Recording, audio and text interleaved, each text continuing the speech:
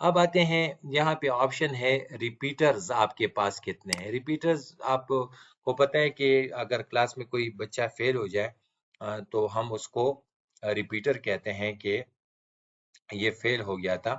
تو وہ بچے جو اس کلاس میں مثلا کلاس 1 ہیں تو اس میں کے جی سے جو بچے آ گئے ہیں 10 آ گئے ہیں اور اس میں پہلے سے موجود جو فیل شدہ بچے ہیں وہ 2 ہیں تو یہ 2 وہاں پہ ریپیٹر ہیں.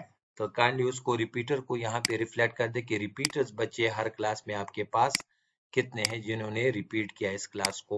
اور نان مسلم، ہاں یہ اگر آپ کو نظر نہیں آ رہا ہے جو میں نے بتا دیا تو آپ بے شک اس کو یہاں اس طرح کر دیں. اور نان مسلم کی فگر یہاں کے نان مسلم ہمارے پاس 5 ہے اس کلاس میں، یہاں پہ ہمارے پاس 50 ہے یا جو بھی ہے، ٹھیک ہے نا. یہاں پہ آپ ریفلیکٹ کر دیں. اسی طرح پھر جو ہے نان مسلم کے بعد جو ہے آپ کے پاس دیکھیں اور بھی آپشن یہاں اویلیبل ہے کہ نان پاکستانی آپ کے پاس کتنے ہیں اور آپ کے پاس حافظ قرآن کتنے ہیں اور آپ کے پاس اورفن کتنے ہیں. ٹھیک ہے. اب اگر آپ لوگوں نے پروفائل میں حافظ قرآن کو سیلیکٹ کیا ہے، اورفن کو سیلیکٹ کیا ہے، نان مسلم کو سیلیکٹ کیا ہوئے تو یہ انٹریز بھی خود بخود جو ہے یہاں پہ آ جائے گی. آپ کو مینول انٹری کرنے کی ضرورت نہیں ہوگی، یہ سسٹم سے خود بخود لے لے گا. اس لیے پروفائل کے بہت بڑے فائدے ہیں. کوشش کریں کہ پروفائل جو ہے بچوں کے پراپر مینٹین رکھیں تو یہ نان پاکستانی، حافظ قرآن، اورفن بھی وہاں سے یہ خود بخود کیلکولیٹ ہوں گے. لیکن اس وقت چونکہ آپ لوگوں نے وہاں پہ انٹری صحیح نہیں کی ہوگی، یہ ساری انٹریز کوشش کریں کہ پراپر جو ہے ایج وائز آپ خود ہی ڈال دیں. ٹھیک ہے. اب آتے ہیں، یہ تو ہو گئی اس انٹری کی بات کہ آپ ایج وائز انٹری اس سسٹم میں، یہ چونکہ آپ لوگ پہلے اینول اسکول کوشچنئر میں مینول کرتے تھے لیکن ابھی آپ کے ساتھ سسٹم ہے اس میں اگر آپ سے غلطی ہو جاتی تھی تو پورا پروفارما خراب ہو جاتا تھا. اب یہاں پہ مسئلہ نہیں ہے، اگر آپ آج سے غلطی ہو گئی کہ 14 پلس کے ساتھ نہیں ہے 5 ہے تو 5 کر دو. سسٹم میں یہ فائدہ ہے. آپ سے غلطی ہوگی آپ یہاں پہ کریکشن کرتے رہیں گے. یہ نہیں ہے کہ پروفارما خراب ہو گیا آپ کیا کریں گے دوسرا بھریں گے، ایسی بات نہیں ہوگی. آن لائن انٹریز ہیں. آن لائن انٹریز کا فائدہ یہی ہے کہ سسٹم کے سامنے بیٹھ جائیں. سسٹم نہیں ہے کسی کے ساتھ بیٹھ جائیں اور اپنے چیزیں کاغذ پہ لکھ کر کہ ہمارے پاس 6 میں 11 پلس کتنے ہیں 12 پلس کتنے ہیں اور ایک بندہ انٹری آپ کے لیے کرتا رہے تو آپ کے لیے بہت آسانی ہوگی. ڈیٹا جو ہے آپ کے اسکول میں بھی اویلیبل ہوگا. آپ جب بھی اپنے اسکول کے لاگن سے لاگن ہوں گے تو یہ تمام انفارمیشن آپ کے اسکول کے اسٹوڈنٹس کے، سینکشن پوسٹ کے، ٹیچرز کے اور جتنی بھی بیسک انفارمیشن وہ آپ کے اپنے اسکول کے آپ کے پاس محفوظ ہوگی. آپ اس کو اپنے استعمال میں بھی لے سکتے ہیں، اپنے اسکول کی پلاننگ بھی کر سکتے ہیں. تو اس لیے تو اس کو اسکول سیلف رپورٹنگ کہتے ہیں کہ اسکول خود ہی رپورٹ دے رہا ہے اور اس کا فائدہ جو ہے اسکول کو خود بھی ہوگا. D Os offices, directorate, secretariat تمام آفیسز سے فائدہ لیں گے اور بچے کی بہتر مفاد کے لیے سوچیں گے اور اس ڈیٹا کو استعمال کریں گے. اچھا جی، اب ہم یہاں پہ بات ختم ہو گئی ہے. اب تھوڑے سے اگر آپ کہتے ہیں کہ یہ انٹریاں میں نے کر دی لیکن پتہ نہیں کہ یہ صحیح ہے غلط ہے تو آپ اس کو ریسیٹ پہ کلک کر دیں.